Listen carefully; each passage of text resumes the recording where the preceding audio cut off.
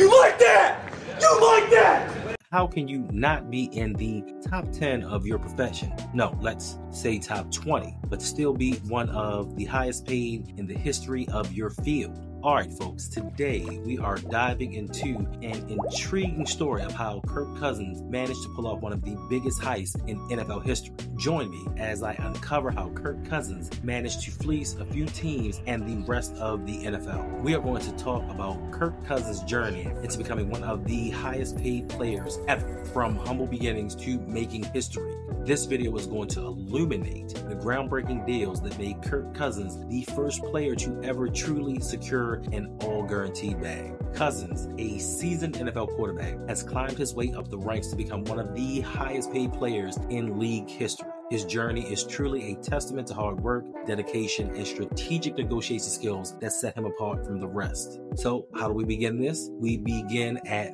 the beginning. Kirk Cousins grew up the son of a football coach, and he was an average player at best. His father coached him on his 8th grade team and instilled in him the belief that he could be a great player one day. Through trials and tribulations, Kirk Cousins finally got to start for his high school team in his junior year, but broke his ankle in the first game.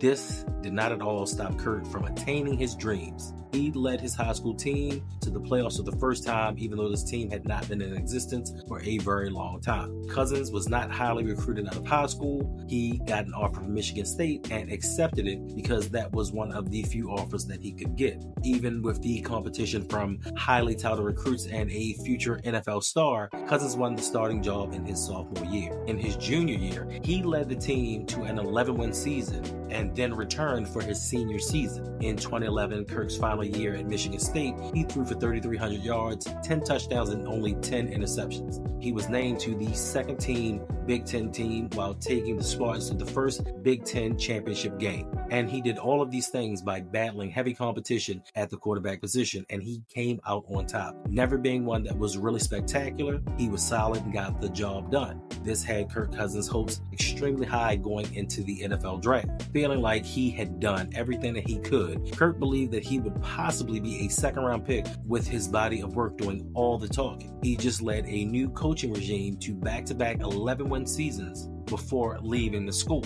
He beat out a future Super Bowl MVP and had that MVP transfer because Kirk was playing so well. But the draft did not go as he expected it. Actually, the draft casted doubt on Cousins and his belief that he could make an impact in the NFL. While the first night of the 2012 NFL draft came and went, 4 QBs were selected in the first round. Cousins had not expected to be drafted on this night, so it was no big deal. But when the second night of the draft came and went, Kirk felt down. Even the quarterback that he had beaten out at Michigan State got drafted before him. But at the 104th pick, Kirk was surprisingly drafted by the Washington Commanders, or Washington team, whatever you want to call them. But he was in shock because they had just drafted Robert Griffin III just 2 days prior. Kirk was perplexed. Washington just gave up 3 first-round picks for Griffin, so why would they take him? He did not know what to expect. He had doubt cast upon his future because he thought that he was going to be relegated to the bench for years to come. He didn't think that he was in their plans. He knew that Robert Griffin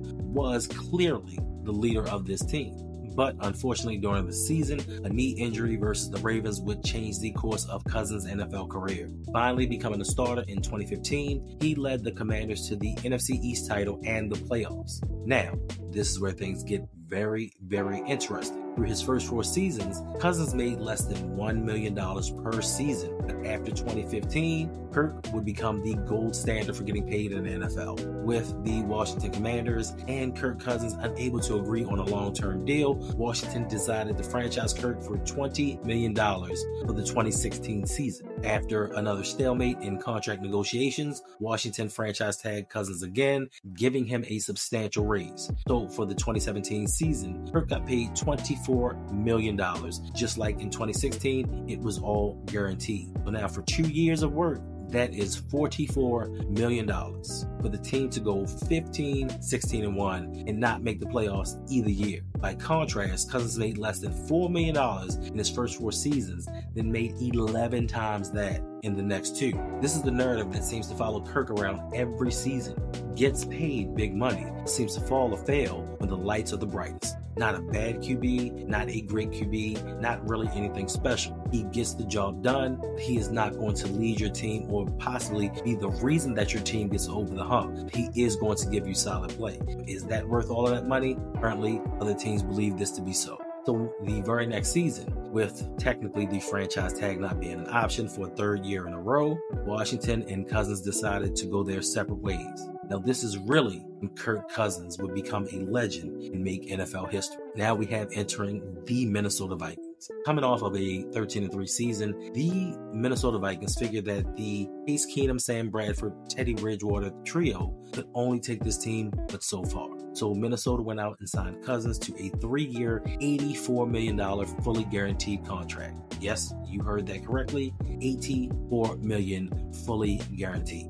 Then the Vikings came back and signed him to a 2-year, $66 million extension and ran through the 2022 season. Once again, all this is fully guaranteed. And lastly, for the 2023 season, Cousins and the Vikings agreed on a 1-year, $35 million contract. And of course, by now you guessed it, it was fully guaranteed. So Kirk Cousins got $185 million, all guaranteed from the Minnesota Vikings. He, not Deshaun Watson, was the first quarterback to sign this type of deal, and he did it 3 times. Not only did he do it 3 times, he did it 3 times consecutively. Talk about fleecing the system. Talk about getting over. People today are still talking about the Deshaun Watson contract, but they are not talking about the contracts that Kirk Cousins had. Not to mention the 2 franchise tags, which were fully guaranteed as well. Now, don't get me wrong. Cousins has had a solid career with the Vikings, throwing for over 23,000 yards, 171 touchdowns, and only 55 interceptions. These numbers are outstanding,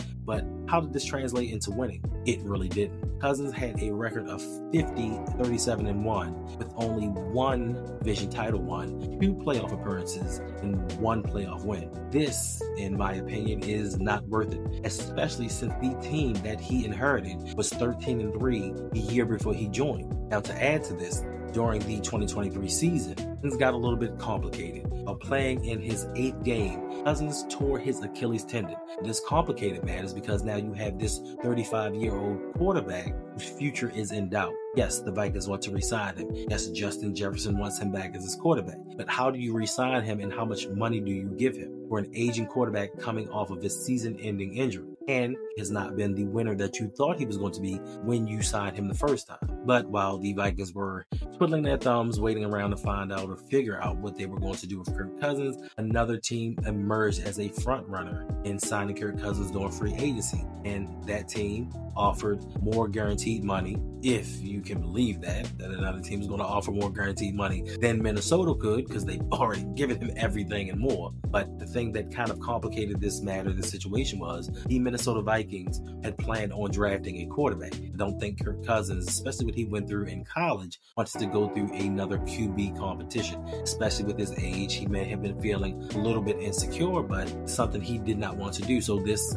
kind of helped push him along with another team, not having quarterback controversy and someone offering him more guaranteed money. Because if you know Kirky wants his guaranteed coins. So with all of that, 6 years, Kirk Cousins, his tenure is done in Minnesota. And if you don't know by now, the team that kind of stepped up and entered the fray or entered the bidding for Kirk Cousins is the Atlanta Falcons. Now, to start this story with the Atlanta Falcons signing Kirk Cousins, you have to jump back to 2022. And if you remember, in the offseason of 2022, this was the offseason where Lamar Jackson was a free agent. On this free agent period, we thought that a lot of teams are going to be interested in a unanimous MVP player in his prime. Yes, he's coming off a bunch of injuries, but he is a draw nonetheless. He's going to put butts in seats. He's going to sell merchandise. So we figured, hey, off the blank, you had Michael Vick, Lamar Jackson just merges a little too perfectly. For some reason, off the blank was like, listen, we don't need him. We don't need to entertain another mobile quarterback whose play style may not work for us. We don't know how long he's going to be in the league. Now, to that, We all know that this was obviously collusion, or what we think to be collusion, but we'll talk about that in another video. He just laid down all the reasons why he believed Lamar Jackson could not be the quarterback or should not be the quarterback of this team. And go to the next year, and you had your fill of Desmond Ritter, who was no longer with the team because myself and everyone else knew this wasn't a good quarterback. But irony in all this is Arthur Blank decided, hey, we're going to go for a 35, soon to be 36-year-old QB who's coming off a season-ending injury, who's rehabbing from an Achilles injury at 35. You thought that that was cool. You thought that that was okay. And I think this adds to the validity of people calling it collusion with the NFL owners, because you can't tell me you got a former MVP, dude that just is one of the faces of the NFL, and Kirk Cousins, a guy that can't win at night, guy when the lights are shining brightest, he just does not play well. You can't have me believe that. And then to top it all off, that, you know, Lamar wants a little bit too much money. Me personally, I covered Lamar on that time, and I don't remember Lamar coming out specifically saying what he wanted, but you gave a soon-to-be 36-year-old quarterback 4-year, $180 million deal. 4 years, $180 million, $100 million guaranteed, coming off an injury. Never been a real winner in his career, but this is what makes sense to you. This is what gets you going. This is what puts belief that this is going to turn your team around. I'm not getting it, but once again, Kirk, it's your money. This 4-year, $180 million deal, $100 million of this is guaranteed. 100. So you add on to it the 185 that he's already made in guarantees from the Minnesota Vikings. Add this $100 million in, it's $285 million guaranteed. $285 million in the bank, guaranteed. For incentives, for roster bonuses, guaranteed money. But guaranteed regardless if you play or you don't play. You got damn near $300 million in the bank. Oh, and also 2024 and 2025 salaries are also fully guaranteed. I guess that's going to put a little bow at the top present. I don't know. But once again, $285 million guaranteed. Now, depending upon which site you look at, Cousins is either 5th or 6th all-time earnings in NFL history. Not bad. Not bad for a guy who never thought that he was going to amount to anything. He was not highly recruited out of high school. He had, I think, 2 offers and kind of lucked into the Michigan State thing. Not bad. A guy who just thought, I just want to be decent at what I do. $285 million guaranteed. He is a QB who has really won nothing except for winning at the negotiation table. Comes to negotiations, Kirk Cousins is a winner, is a Hall of Famer. So if you think about Kirk Cousins' big contract saga, share your thoughts in the comments below and make sure to subscribe for more captivating NFL insight and analysis. Once again, thank you for watching. Let me know if there's something or someone else that you want us to cover, and we shall get it done. Until next time, you already know. It's your boy, and I'm out. You like that? You like that?